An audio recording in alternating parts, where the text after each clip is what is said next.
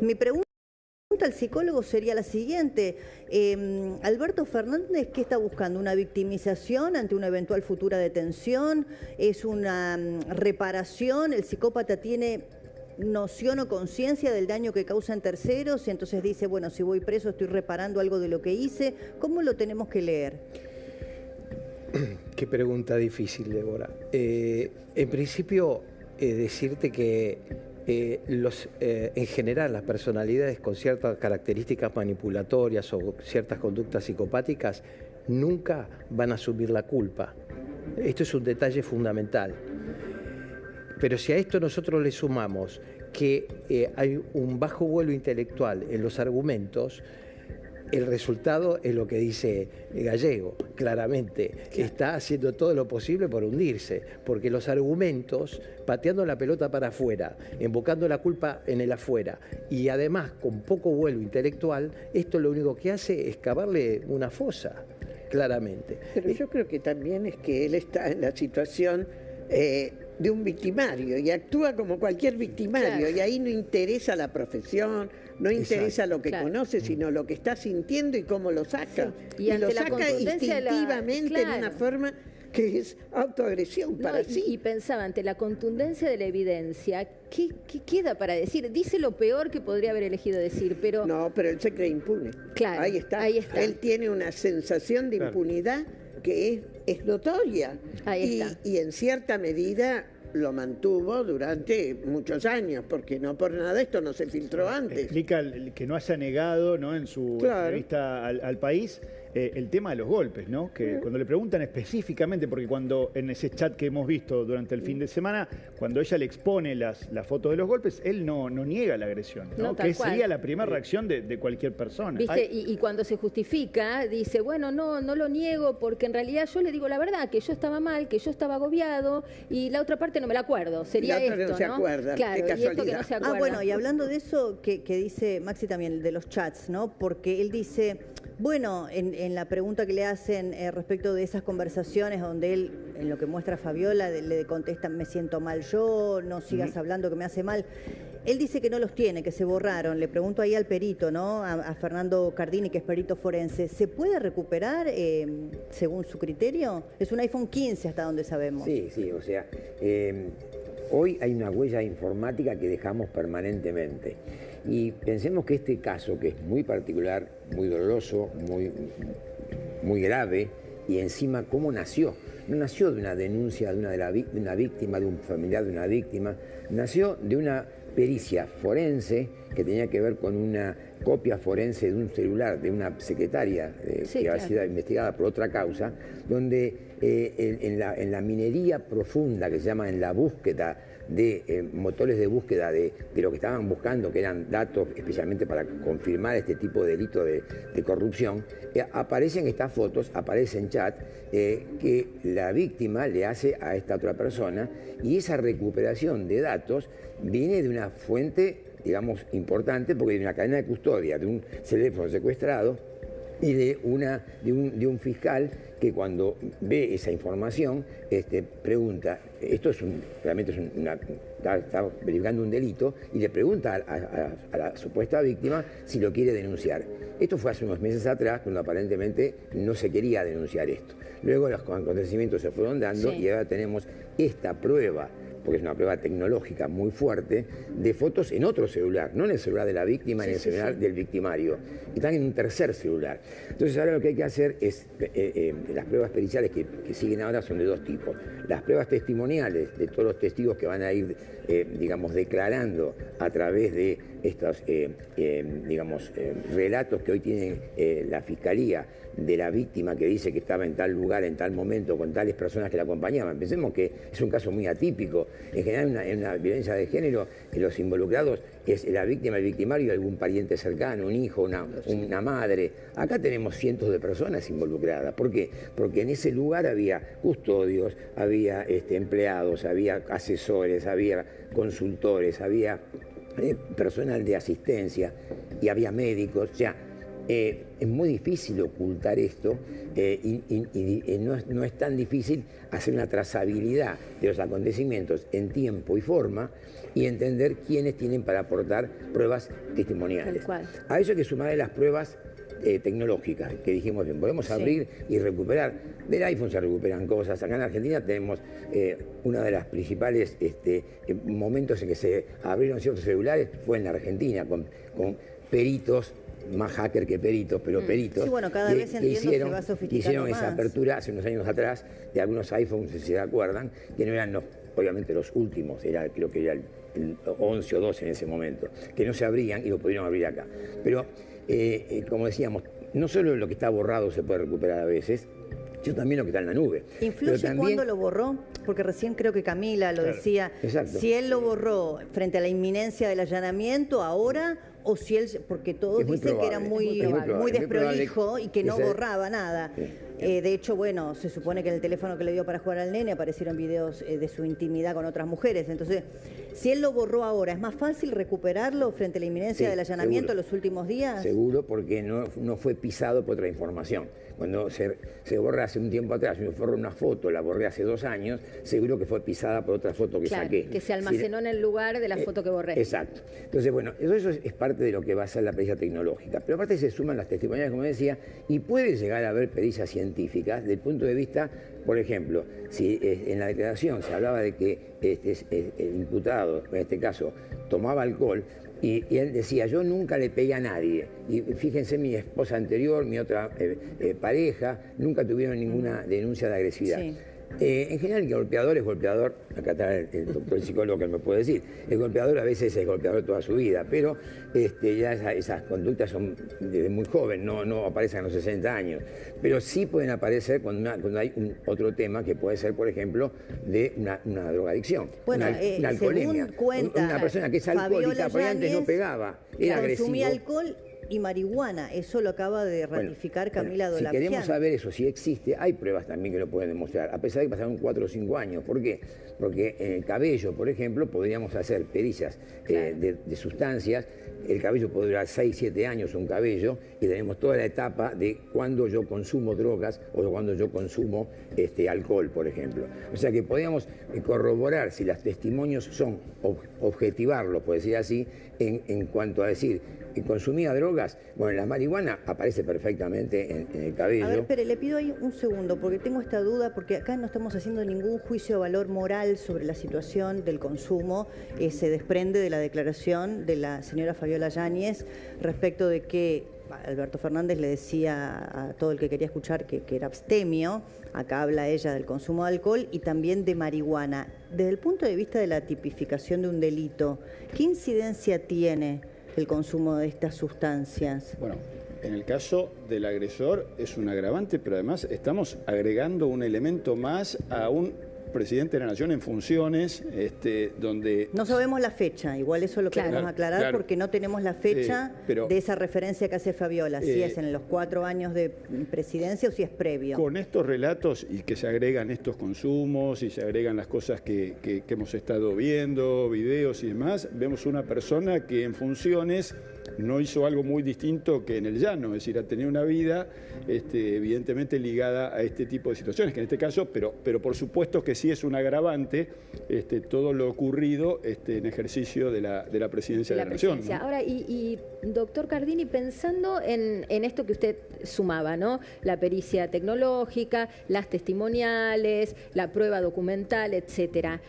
¿Cuánto impacta o cuánto se pondera el perfil psicológico y psiquiátrico de la víctima y del victimario? Bueno, obviamente estas pericias también que son el perfilamiento, tanto de la víctima como del victimario, terminan de armar ese rompecabezas. Si los psicólogos psiquiatras, cuando hagan un perfilamiento del imputado, observan este tipo de conductas, porque lo va a dar su perfilamiento, y también obviamente testimonios de otras personas que allegadas a él van construyendo ese perfil que viene desde lo genético, desde lo social, desde lo conductual, desde de las relaciones y lo demás. Bueno, es un tema más que suma a ese rompecabezas, de decir, no, mira, es como decir, hago un estudio grafológico. Hoy la grafología forense también aporta mucho de la conducta humana. Y si la grafología me dice que este individuo es agresivo, y lo dice también la pericia psicológica, lo dice la pericia psiquiátrica, y vamos cerrando todo esto,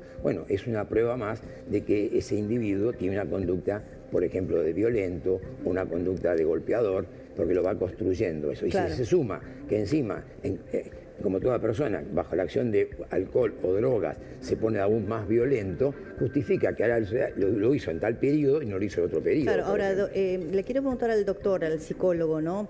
Porque uno tiende a ser muy respetuoso cuando se habla de cualquier persona que esté atravesando una situación de consumo de sustancias, porque no necesariamente podemos inferir, sería injusto y creo que hasta incorrecto desde el punto de vista del protocolo en un comunicador, decir que porque una persona consume alcohol o marihuana va a derivar en una conducta agresiva hacia terceros. Pero acá, bueno, el perfil que está trazando la señora Fabiola Yáñez en sus declaraciones nos perfila a una persona violenta. ¿Qué incidencia tiene esto que ella relata del consumo de alcohol y marihuana eventualmente? Hay un punto que es muy importante, que tiene que ver con el contexto donde se desarrollan las acciones. Si nosotros nos fijamos, por ejemplo, la filmación, si esa filmación es un espacio íntimo, con el caso de Tamara Pettinato, un juego sexual o erótico o lo que fuere, en un espacio íntimo, filmado, es una cosa. Si a esta misma escena yo le coloco un sillón presidencial, la Casa Rosada, una periodista reconocida y un presidente de la República, esto tiene otro sentido. ¿No? Por eso el contexto para nosotros es muy importante, porque el contexto le otorga una semántica, un sentido, un significado a las acciones.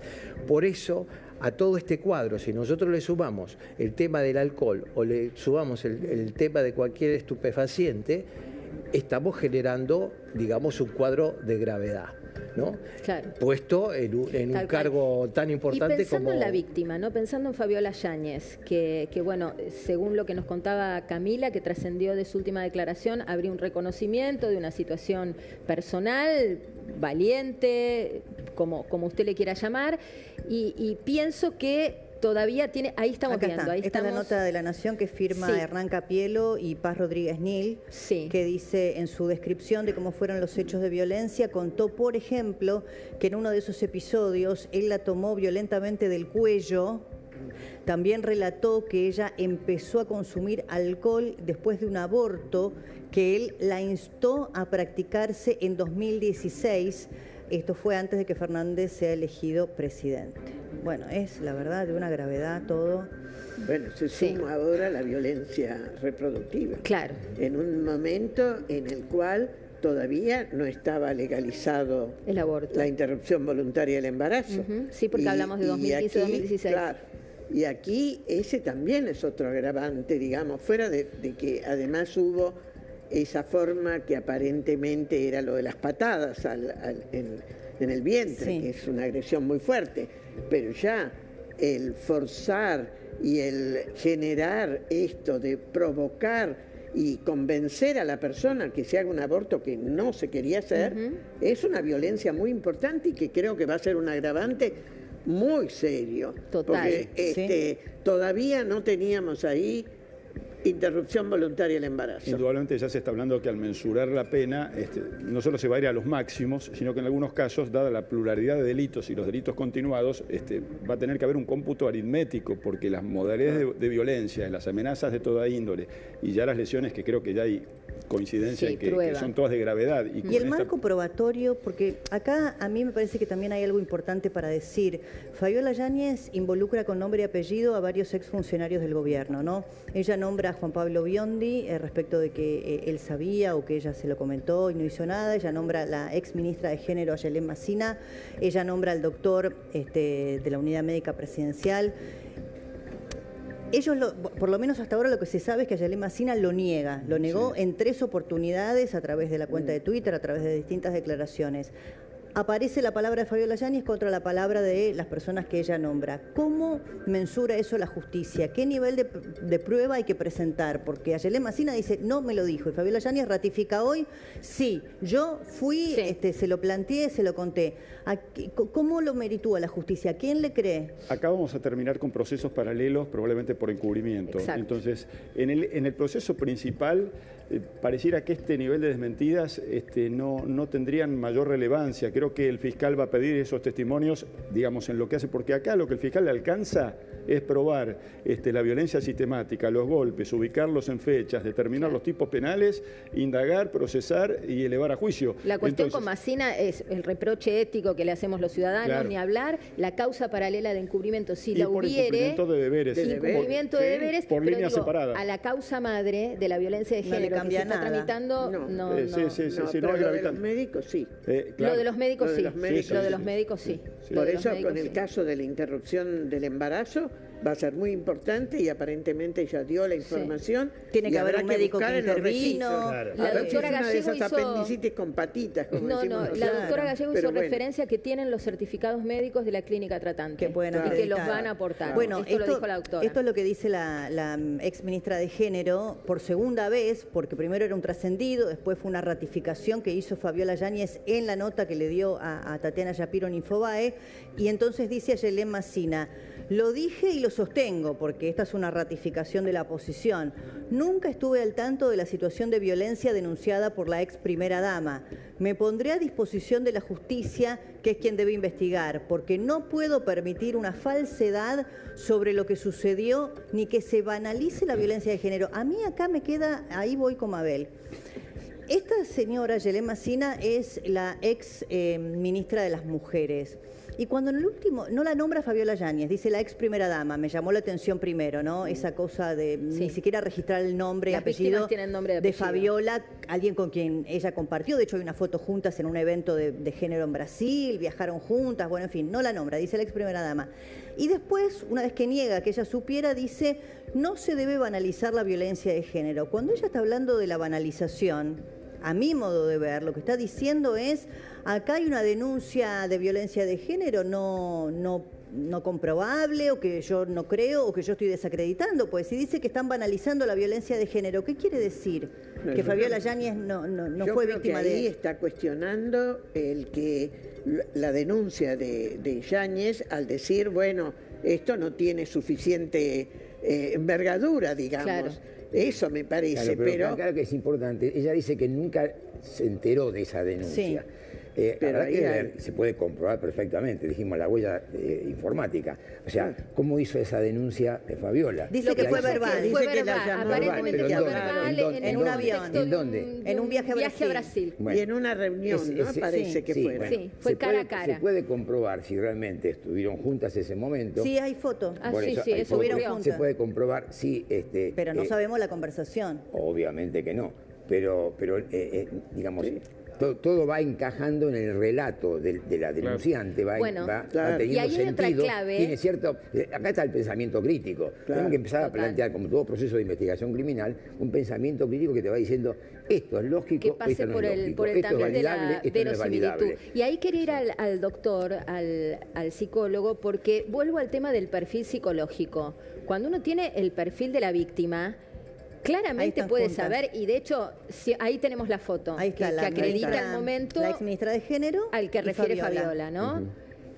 Y con esto iba al punto de, si uno tiene el perfil de una víctima, supongamos, porque muchas veces pasa que trascienden periodísticamente los informes periciales y se habla de una víctima que es consistente en su relato, que no fabula, que tiene marcas del trauma que le ha inferido la situación de violencia a la que fue sometida. Esto surge en las pericias, lo vemos a diario. En el caso de que sea el caso de Fabiola Yáñez, eso le da verosimilitud a todo lo que cuenta. Claro, en principio, por la cuestión contextual a la que aludía anteriormente, esto en principio. En segundo lugar, hay test mentales, hay test específicos que evalúan el impacto traumático Imagínense que hay test que evalúan impacto traumático en la infancia, imagínense lo que puede suceder ahora. Y igualmente quiero decirles algo, tengo buenas noticias. Queremos buenas noticias. Necesitamos un poco de aire fresco, abramos la ventana. Lo que quiero decirles es que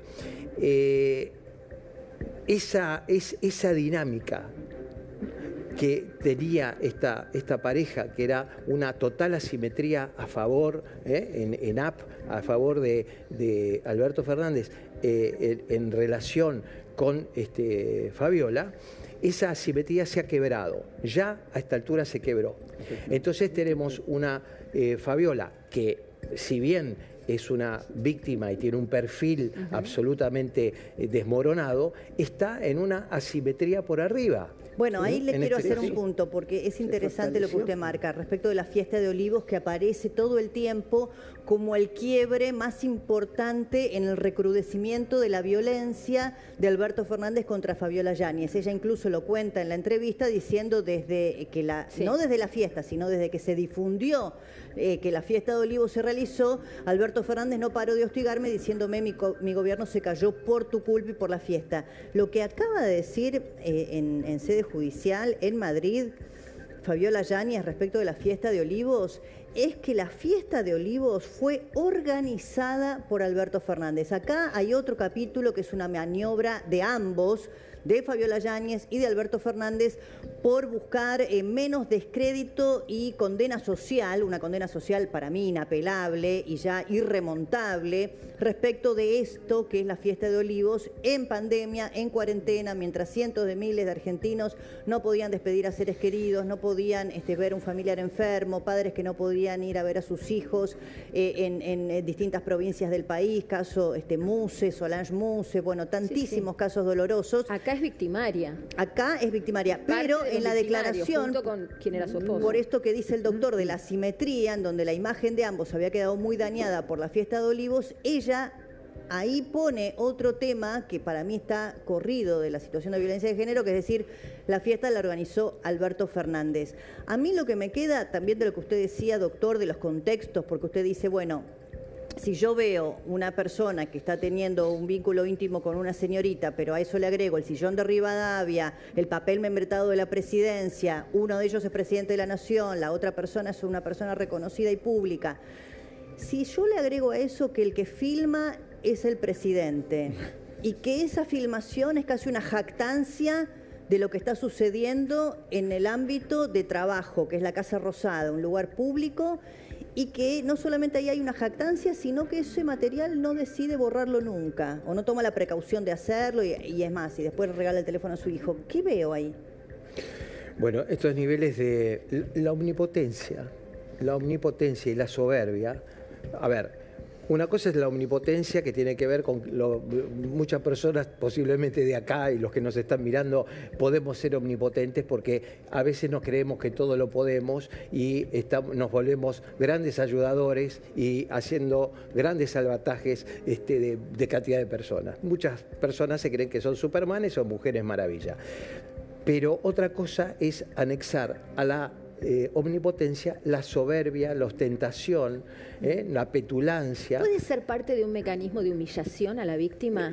Porque yo pienso, darle un celular con ese contenido, está bien, uno puede decir es la desprolijidad en estado puro, pero también puede decir, no le importó herirla, herir su susceptibilidad, que descubriera o que viera una situación que le iba a doler, o hasta pudo haberlo hecho adrede, no sé, no le estoy pidiendo que lo analice fuera de sesión, pero puede haber voluntad de Marina, le agrego algo ahí. Lo del perrito. No, un dato más que ella da en la nota de Infobae respecto de esa situación ocurrida en el despacho presidencial con Tamara Pettinato. Ella dice, yo ya sabía. Claro. De varias, que esa relación era un punto de varias, dijo, de discusión constante con el Claro, entonces digo, dejar eso es que te duela, que te humille, y bueno, y lo ato con el episodio del perrito largamente contado, que es que, bueno, ella tenía un perrito, Calabaza, que el expresidente no se lo dejó seguir teniendo, se lo hizo regalar, desprenderse de él,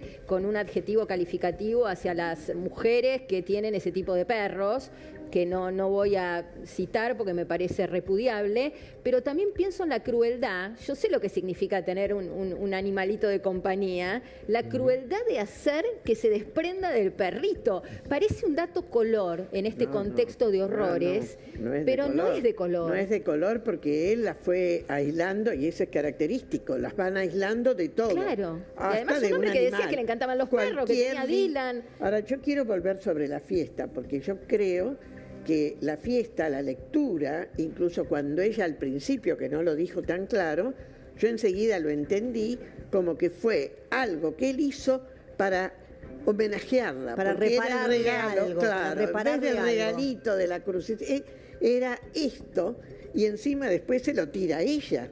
Porque inmediatamente sí. Yo perdí un gobierno por tu culpa. No, yo perdí la elección por tu culpa. Mi querida Fabiola. Fabiola. Mi querida Fabiola. Mi querida Fabiola la que organizó esto. Ahora, encaja con el mecanismo de humillación. Sí. Está bien, le echó la culpa en público, 2 veces. Lo dijo Fabiola, se acordaba 2 veces. Pero en privado la torturaba con la idea, por tu culpa perdí la elección, por tu culpa perdí un gobierno, por tu culpa. Siempre la culpa está en la víctima. Sí, esa asimetría, yo hago tanto hincapié en la asimetría relacional, porque es uno de los bocados más importantes, de los condimentos más importantes de la cuestión de la violencia. En esa situación de asimetría, la víctima busca siempre la posibilidad de que haya un reconocimiento, una valoración por parte del victimario. Entonces queda atrapado en un juego absolutamente de alienación conyugal. Y fundamentalmente piensen que la incondicionalidad amorosa de ese vínculo lleva a la invisibilidad. ¿Qué quiere decir? Que esa persona que está en app nunca le va a levantar el dedo y la va a probar. Siempre la va a decir, va a colocar el pero como posibilidad de que siempre quede atrapada en esa asimetría. ¿Y hay algún goce perverso y eso es violento. en esa humillación y en esa forma de violencia? Si hay algún goce perverso en eso, si el victimario goza de poner a su víctima en esa posición. Por supuesto que existe un goce perverso, pero además es un doble lazo, porque la víctima queda absolutamente codependiente. Es como la dialéctica del amo y el esclavo. Sí, claro. ¿Y ambos están dependientes? Porque dentro del kirchnerismo, incluso de mujeres que se dicen feministas dentro del espacio, decían algo así como, bueno, Alberto Fernández era víctima de una presión constante por parte de otra mujer a la que él no se quería someter, que era Cristina Kirchner. Lo voy a traducir en términos muy burdos. Poco menos que se descargaba con la mujer que tenía en la casa. Sí, eso puede ser una lectura y una lectura bastante coincidente con lo que pueda aparecer en el plano, porque lo que por un lado tenemos una esposa absolutamente desvalorizada, claro, en asimetría, y por el otro lado tenemos otra pareja que tiene que ver con justamente él colocado en esa asimetría. Eso es una lectura que podemos hacer claramente. Pero quiero decir algo más. En estos momentos todo el aparataje kirchnerista, voy a hacer un análisis psicológico simplemente, no político, posiblemente quieran colocar como un chivo expiatorio a Fernández. Sí, claro. Pero la bestia no hay. dijo Polo, pero ustedes piensen que el loco en la familia, un loco en la familia, en un sistema familiar, es producto de una disfuncionalidad familiar. Esto es producto de una disfuncionalidad de todo el sistema kirchnerista. Le pedimos un punto ahí porque tenemos en comunicación al doctor Cristian Leonard, que es cirujano plástico, y queremos hablar con él de algo que nos parece ridículo plantear, pero es el argumento de defensa del expresidente de la Nación acusado de violencia de género, así que lo vamos a chequear con un profesional. ¿Cómo estás, Cristian? Gracias por atendernos.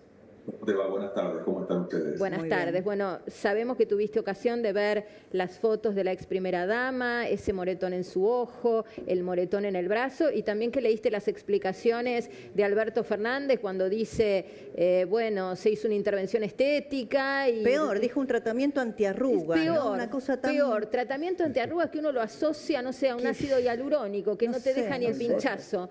Pero bueno, lo chequeamos con vos, que sos el profesional matriculado. ¿Querés tu opinión respecto a esto? Mirá, los tratamientos más comunes en la región de la periórbita es la aplicación de toxina botulínica y de ácido hialurónico.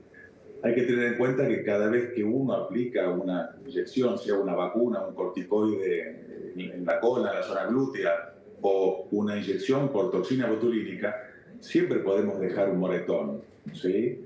En la zona de la periórbita suele tomar, o un traumatismo, suele tener esa forma de involucrar el párpado superior, el párpado y el párpado inferior.